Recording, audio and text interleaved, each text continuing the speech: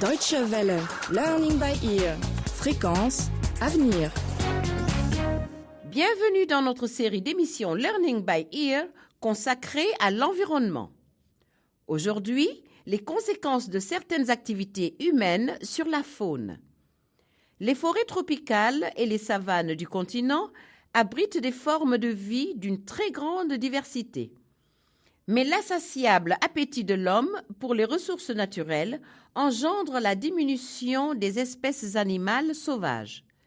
Notre feuilleton radiophonique parle des conséquences dévastatrices du commerce illégal de la viande de brousse. Un commerce qui reste encore très répandu sur le continent. Pour terminer, des infos complémentaires dans notre rubrique « Le saviez-vous » ? Nous verrons quelles espèces sont le plus en danger et les dégâts irréversibles infligés à la biodiversité.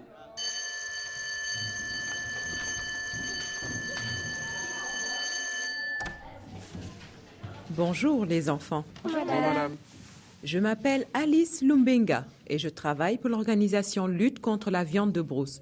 Qui d'entre vous a déjà vu des animaux sauvages ? Moi madame. Oui, toi, je t'écoute. Je m'appelle Moses. J'aime bien les animaux sauvages, mais souvent la nuit, des éléphants viennent dans notre ferme pour manger nos récoltes. Ils provoquent beaucoup de dégâts et on est obligé de les chasser. Et dis-moi Moses, quels sont les autres animaux que tu aimes bien ? J'aime bien les zèbres et les léopards. Quand j'étais plus petit, je voulais devenir garde forestier pour aider à protéger les animaux sauvages. C'est très bien ça, dis-moi. J'ai déjà vu des antilopes aussi. Je les chasse avec mes frères. Oh, On les chasse avec nos chiens. Et des fois, on pose même des pièges. Et pourquoi fais-tu cela, Moses ? Pour manger la viande. Ce week-end, par exemple, on a attrapé un singe avec l'un de nos pièges. Et puis on l'a mangé. Et c'était trop bien. Oh, Moses, tu ne peux pas dire que tu aimes bien la viande de brousse et en même temps vouloir devenir garde forestier. Mais personne ne m'a dit que c'était mal. Des fois, on croise des soldats quand on transporte les carcasses. Ils ne nous ont jamais arrêtés. il faut que je te dise que ce que tu fais, c'est contre la loi. Mais je me souviens que je chassais, petit, avec mon grand-père. On avançait doucement derrière les antilopes et on les tuait avec des arcs et des flèches. Nos ancêtres chassaient les animaux pour la nourriture. Mais maintenant, des bandes organisées chassent illégalement les antilopes et même les singes dans un but commercial. Vous voulez dire que ces bandes revendent la viande ? Oui, exactement Gladys. Suivez-moi, nous allons faire un tour en ville.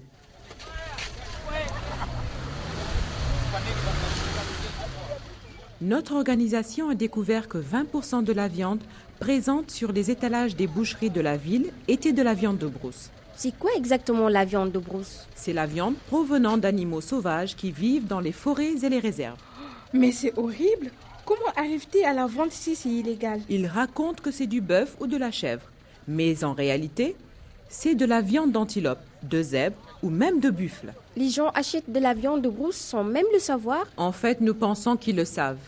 Les gens achètent cette viande de brousse en toute connaissance de cause.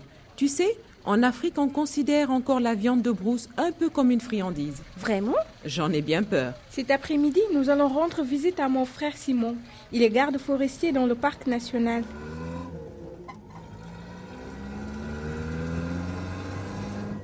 Les braconniers utilisent des pièges assez archaïques mais qui sont efficaces et très cruels. Ça c'est sûr.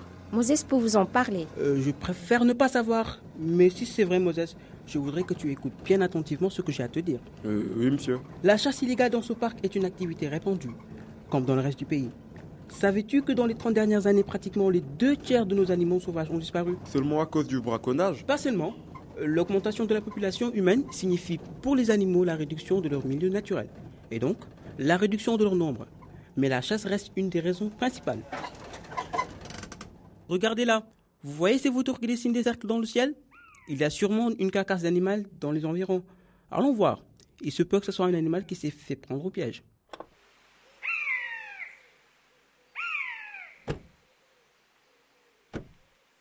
Nous disposons d'une équipe qui s'occupe des braconniers. Ils trouvent chaque semaine des centaines de pièges destinés aux porcs épics et d'autres pour des bêtes plus imposantes comme les zèbres. Oh, c'est pas possible. C'est un dik-dik, une des plus petites espèces d'antilope. Celle-ci n'est haute que de 30 cm, mais c'est un spécimen adulte. D'ici quelques années, il n'en restera plus que très peu. Quelles sont les espèces qui sont les plus en danger ? Ça dépend du pays. Ici, C'est la petite antilope comme ce dik-dik, l'impala, mais aussi le koudou. Nous allons amener le dik-dik avec nous. Et dans les autres pays? J'ai entendu dire que dans les jungles tropicales, les braconniers tuent les grands singes jusqu'à l'extinction de l'espèce. C'est vrai. Dans certaines régions du continent, les braconniers déciment les populations de chimpanzés et de gorilles. C'est un désastre. Bientôt, il n'y aura plus que très peu d'animaux à protéger, ce qui causera des dégâts pour l'économie, avec la fuite du tourisme. Mais alors, comment peut-on arrêter le braconnage? Je te réponds par une question. Pourquoi les gens braconnent-ils? Pour manger la viande ou bien la vendre? Exactement. Beaucoup de gens qui vivent autour du parc national ne profitent pas des animaux sauvages ou du tourisme. Donc, le secteur ne les intéresse pas. Mais à ton avis, si les différentes communautés profitaient du tourisme, elles continueraient à détruire la faune qui attire les visiteurs? Non, et ces animaux sont aussi les joyaux de notre continent. Prenez les grands singes. Ce sont maintenant des espèces en voie d'extinction. Et une fois disparues, ce sera pour toujours. Il est déjà trop tard pour empêcher la disparition de ces espèces? Non. Il y a une vingtaine d'années, à cause de la chasse illégale, les éléphants avaient presque disparu. Et aujourd'hui, il y a des éléphants en grand nombre. Juste parce qu'on a changé de comportement. Les populations doivent prendre conscience de la valeur de notre faune. C'est fini. Je ne mangerai plus jamais de viande de brousse. Plus de singes, seulement du bœuf et de la chèvre. Did you know? Wussten Sie schon? Kun-san? Unajua kwamba? Le saviez-vous? Saviez-vous que le Kenya est un pays dans lequel les populations d'animaux sauvages ont diminué jusqu'à 60% en 30 ans? Il reste aujourd'hui moins de 100 000 chimpanzés sur le sol africain.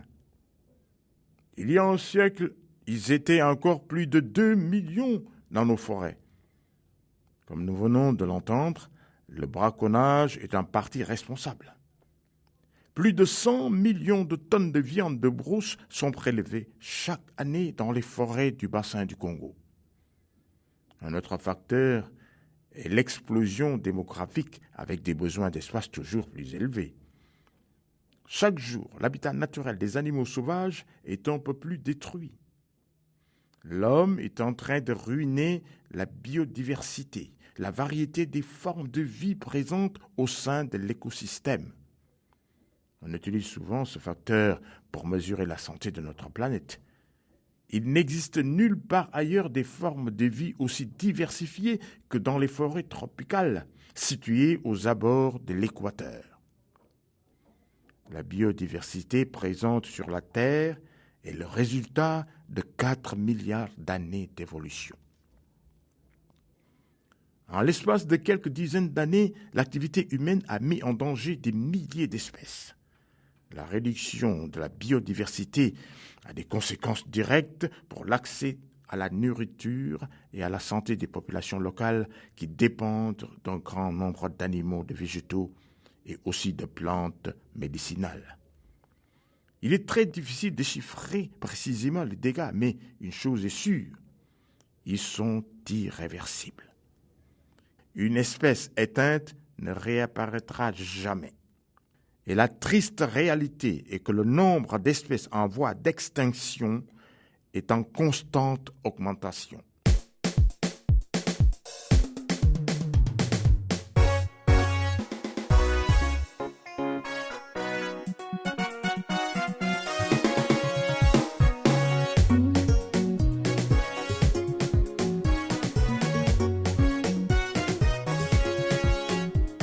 C'est la fin de notre émission Learning by Ear sur l'environnement consacrée à la biodiversité et au commerce illégal de la viande de brousse.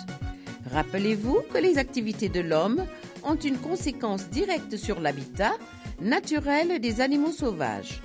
Si vous souhaitez réécouter cette émission ou bien la faire connaître à vos amis, rendez-vous sur notre site internet www.dw-world.de/lbe. À bientôt!